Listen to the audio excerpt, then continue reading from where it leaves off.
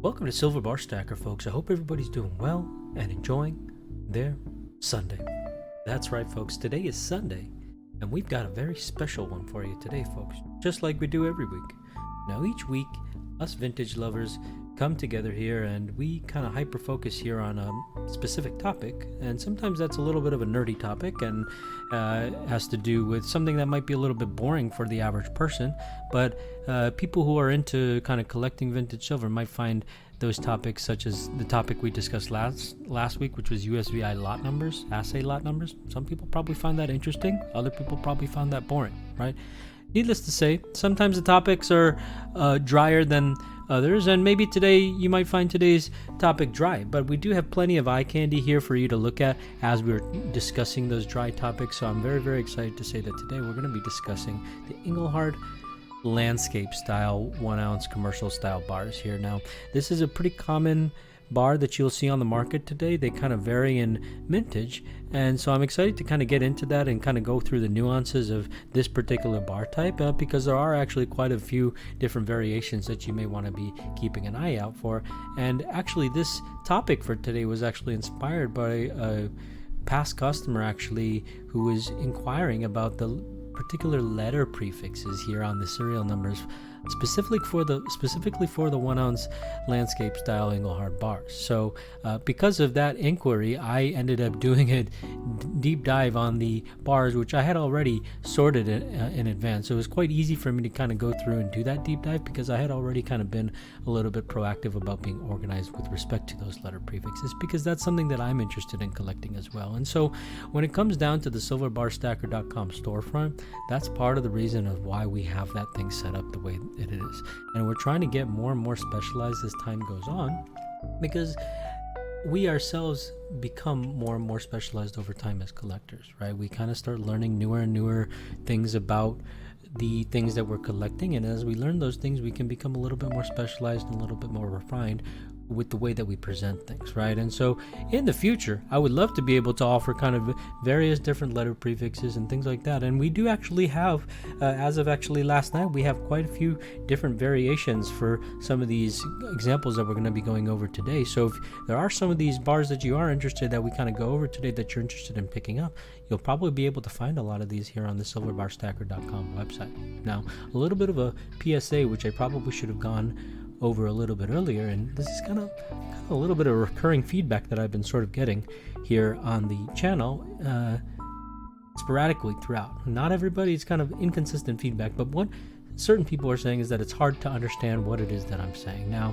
if you're having trouble understanding what I'm saying, man, let me tell you, I've worked through quite a bit of feedback over the past several months or even years, trying to refine, figure out is it something with my mic, is it something with my volume levels, and man, we've gone back and forth and tried to really fine-tune and refine this. And I'm using quite a high-quality condenser mic, and on top of that, I've really boosted up the vocals here. So my voice has been boosted up quite high, and the music level is actually quite low relative to the voice. So it's it would be very surprising to me if it's hard to hear, unless you are actually hard of hearing. So one piece of advice that I would have for you, and that's the PSA, is that I would advise you to maybe, if you're having trouble understanding what it is that I'm saying, go ahead and just toss on the YouTube closed captions.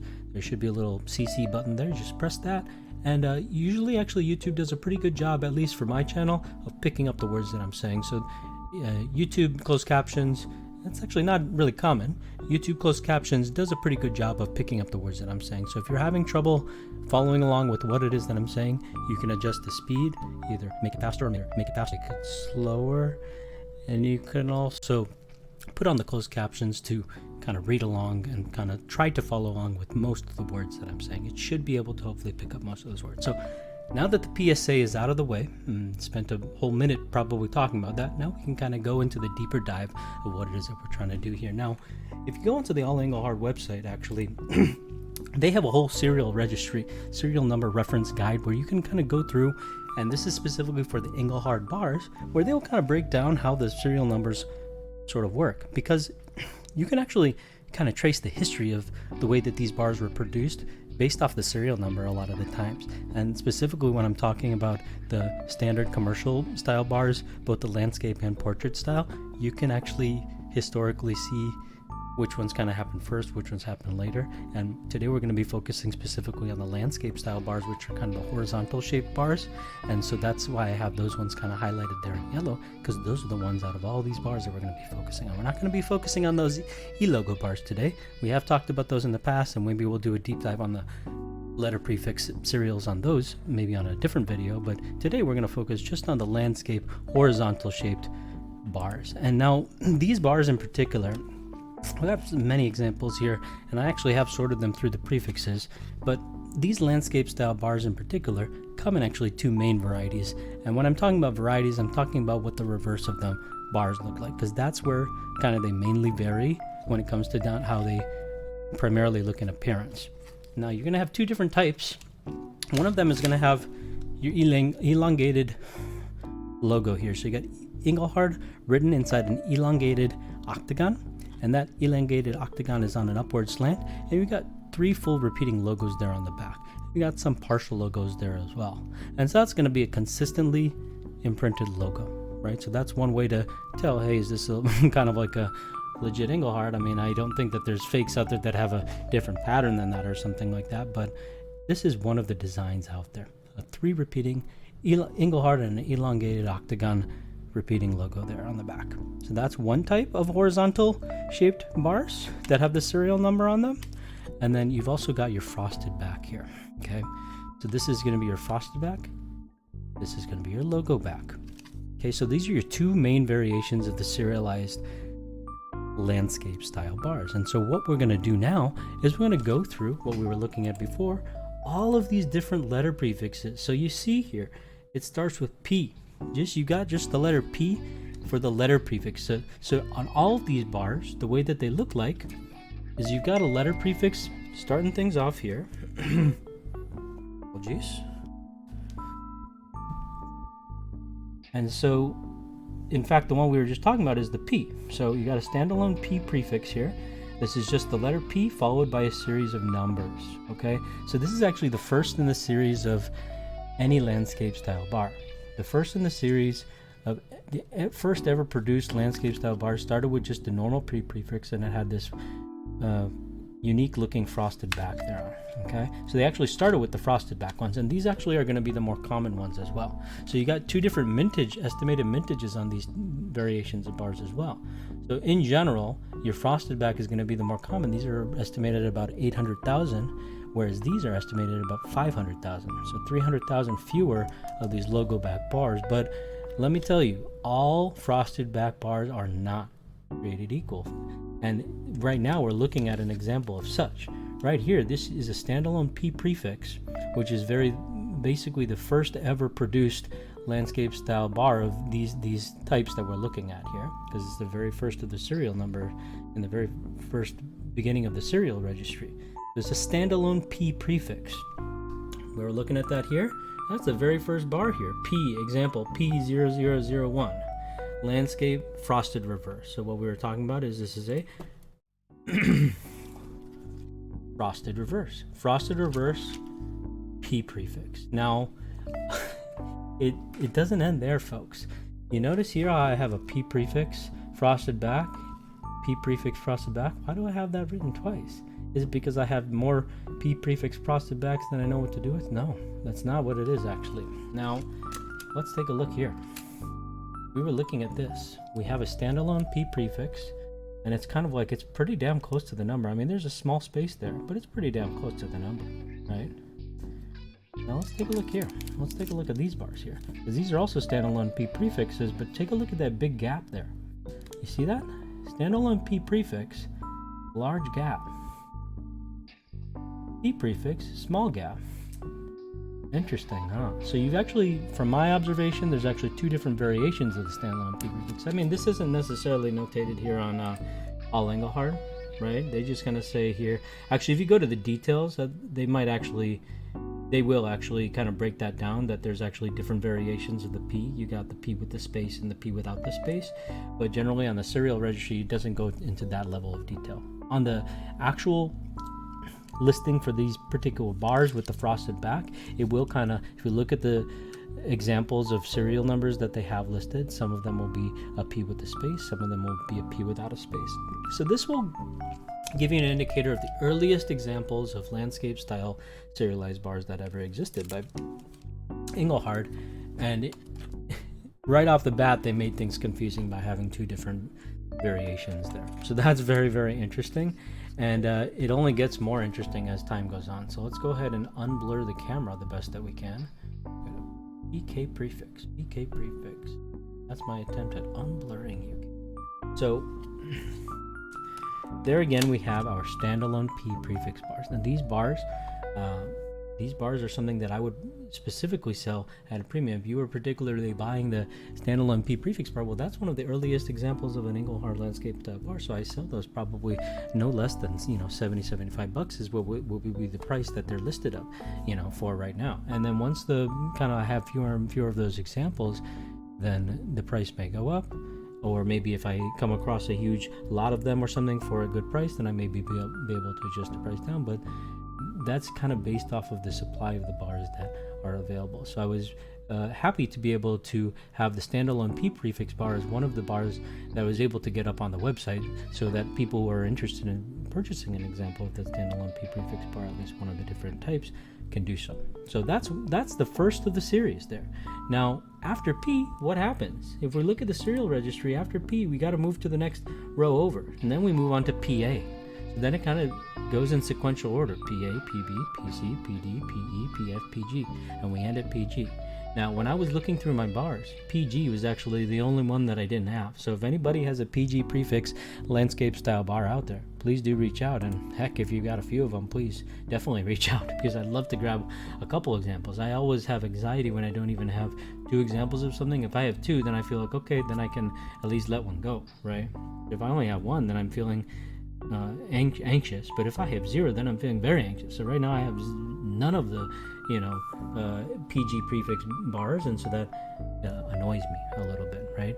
So now let's take a look here at what we do have. Now, we went through the standalone P prefix, and we were just talking about the PA prefix. Now, I wish I could tell you that the PA prefix bars are going to be straightforward, but unfortunately, with the PA prefix bars, we have the same issue as we did with the P prefix bars. Now, we had the P prefix bars with the P close to the numbers, then we had the P prefix bars with the large space in the middle, and I'm sorry to say that we have the same exact issue here. So we've got a PA prefix, and we got a PA space prefix. Kind of what I like to call it. So now let's take a look here again at what we're dealing with here. So here again, I guess early on they were a little bit confused what they wanted to do, maybe, I'm not sure. But you got a PA right there with no space in between the numbers, and then here you got a PA with a large space in between the numbers. So again, you've got two different variations here on the PA prefix bars, and that's where they stopped doing that. The standalone P prefix and the PA prefix is the only bars that they did this weird space and no space thing, where you have to seek out two different variations. So that's an annoyance for collectors, I guess, because now then they need to seek out both different. But hopefully in the future, once we get a decent stock of all these different types, we can make these available on our SPS exclusive section. But for now, whatever we've got stock of, we kind of make those listings available. So I'm happy to say that we also have a PA prefix listing as well. So if you want to grab a PA prefix specifically, that's another thing you can do. It's going to be a slight premium compared to the random design landscape style bar. If you just want a random design landscape style bar, I think that listing's at like $45 right now. Any of these specific prefix or types, factory sealed, all sequential serials, things like that will be available, but at a premium. But the nice thing is that on the SPS site is we have things like that available. Which other store are you ever going to go to where you're going to be able to buy different letter prefixes? And that's not really a thing that most stores specialize in. The furthest they'll ever go is be like, yeah, we'll have some Engelhard products.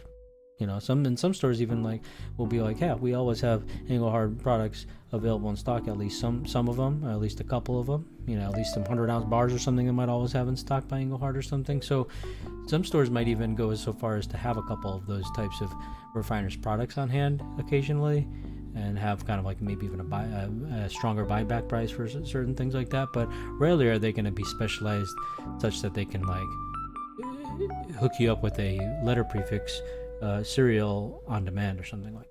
All right, so we've gone through the standalone P prefix bars, we've gone through the PA prefix bars, we've figured out there's two different variations of both of those, and now we're on to the PB prefix bars. So things should hopefully be smooth sailing right now, right? Because we're simply just moving on in an orderly fashion, but unfortunately things do not stay simple like that. A PB prefix is another notable bar, and it's also a one-of-a-kind bar, and actually it has a separate mintage outside of that 800,000 estimated mintage. Now, we were talking about these frosted back bars and how they're an 800,000 minted bar, and I was telling you also earlier that all frosted bars are not created equal.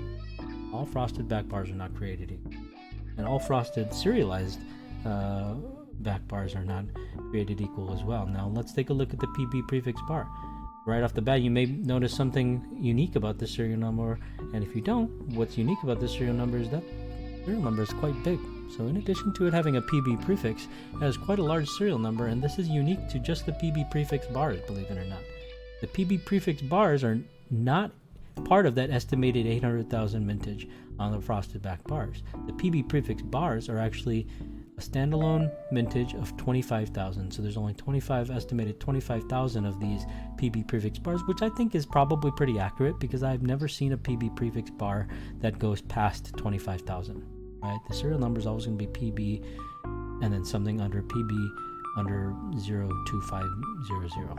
All the serial numbers are, and I have some quite low serial numbers. Like, take a look at this. I think this might be my lowest PB prefix serial number that I have, 714. Crazy low serial number. But so that's probably something you'll eventually see in the SPS exclusive section. Now, the PB prefix bar, this is a 25,000 minted bar, so that makes this a very harder to find bar, and these bars will always sell at a premium. I've never bought these bars for a cheap price. I mean, I've always purchased these bars and always seen these bars sell at multiple times above spot price. Multiple times, not just 2 times, multiple times above spot.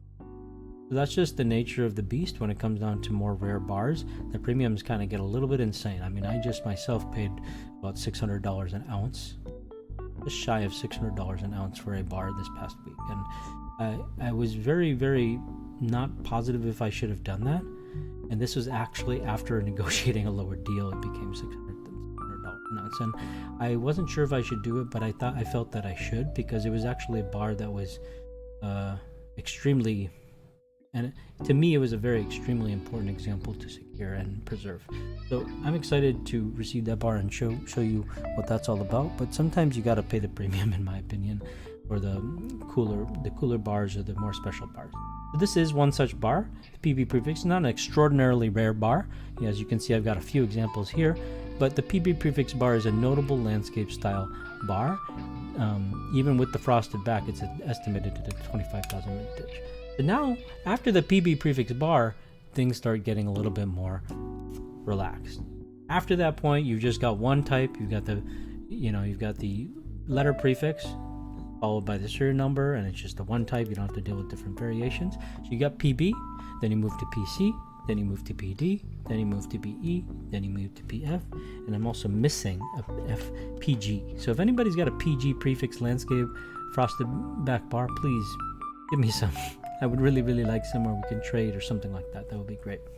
Okay, that does it for the frosted back bars. What's next? We had the frosted back. Now we move to the logo back. So once you reach PG, that's the end of the frosted back series.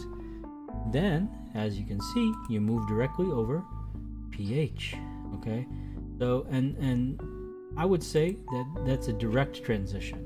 I mean, I haven't seen the examples of a PG, but all of my PH examples have a logo back here. All of them. There's no frosted back PG bars, so I do believe that all Engelhard is accurate there, because I've got multiple examples of PH bars, and all my PH bars have the logo back.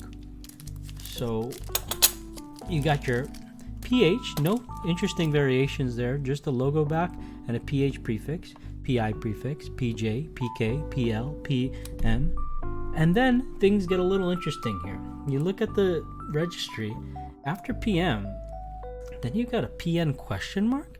So my thinking is that they probably have never come across an example of a PN or a PP, right? And I myself have never seen those. I wouldn't say I keep a very close eye out for those, but I myself do not have any, and I myself have never seen them, right? So the PN and PPs are possibly bars that don't exist, but the PO and PQ are bars that exist because they don't have question marks next to them, so they've probably seen examples. And I myself was prompted to do this entire thing that we're doing right now because of a repeat customer who was specifically requesting PO and PQ bars. Now, my customers primarily are like me. They're collectors who are like-minded, who are a little bit obsessive sometimes, right? And so just like I obsess over the prefixes and organize them obsessively all the time, and will eventually like to have these organized letter prefixes available for customers who are looking for them, we have customers who are already looking for them. They're one step ahead of us, right? And so I got the request yesterday, hey, I'm collecting all these letter prefixes and I'm missing just 2 of them actually. This person's actually ahead of me. I'm actually missing PG, and come to find out I'm missing actually PO and PQ. I'm not actually missing PQ. I actually have one example of PQ. Thanks to the person who reached out to me, I started looking through all my serials and I came to realize, okay, well, I've actually thankfully got a PQ, and it actually is staring at this bar for roughly 15 minutes, and I actually had to ask that person to give me a second opinion. We came to the conclusion that we think this is actually a PQ prefix. It's very, very difficult to see, and you'll definitely not be able to see properly here on the thing. I had it marked originally as a PO prefix, but the more and more we looked at it, when I took a close-up actual picture of it, we kind of both concluded, yeah, we think it might be a PQ prefix. But regardless, this is the only PQ prefix bar that I have, and when it comes down to the PO prefix, I don't have any examples. So the PO prefix and the PG prefix are bars that I'm missing examples for, so those are something I'm on the lookout for, and I'm also on the lookout for more PQ prefix bars as well. That's the last of the series, and that's not really why I'm after it. I'm after it mainly because I've only got one example, right? So PQ, PO, PG. Okay, PG is going to be your frosted back, and then your PO and PQ are going to be your logo back. Okay, and I've also got that individual who reached out to me, who prompted and inspired this entire video, also looking for that PO and PQ prefix. So if anybody out there does have those, please do reach out on the contact form there on the silverbarstacker.com website. That's silverbarstacker.com/contact. All right, and you can reach out to us, and we'd love to hear from you. Now, if you are interested in picking up any of these bars that we've kind of gone over today, we've got them all available there on the website as well. So we've got the logo back available, we've got the frosted back available, we've got a few of these different prefixes that we talked about available, such as the standalone P, the PA prefix, as well as the PB prefix bars, right? So those are things that you're able to pick up right now if you're interested in. And we've also got, if you just want to kind of stay a little bit lower premium, we've also kind of got just a random design landscape style bar listing. We've had that on the website for the longest, I would say, out of all of these listings. A lot of these we just added just in the past 24 hours, but the random design landscape bar is going to be one of your most cost-effective ways to grab an example of just one of these horizontal shaped bars, and that's, I think, priced at around $45 right now.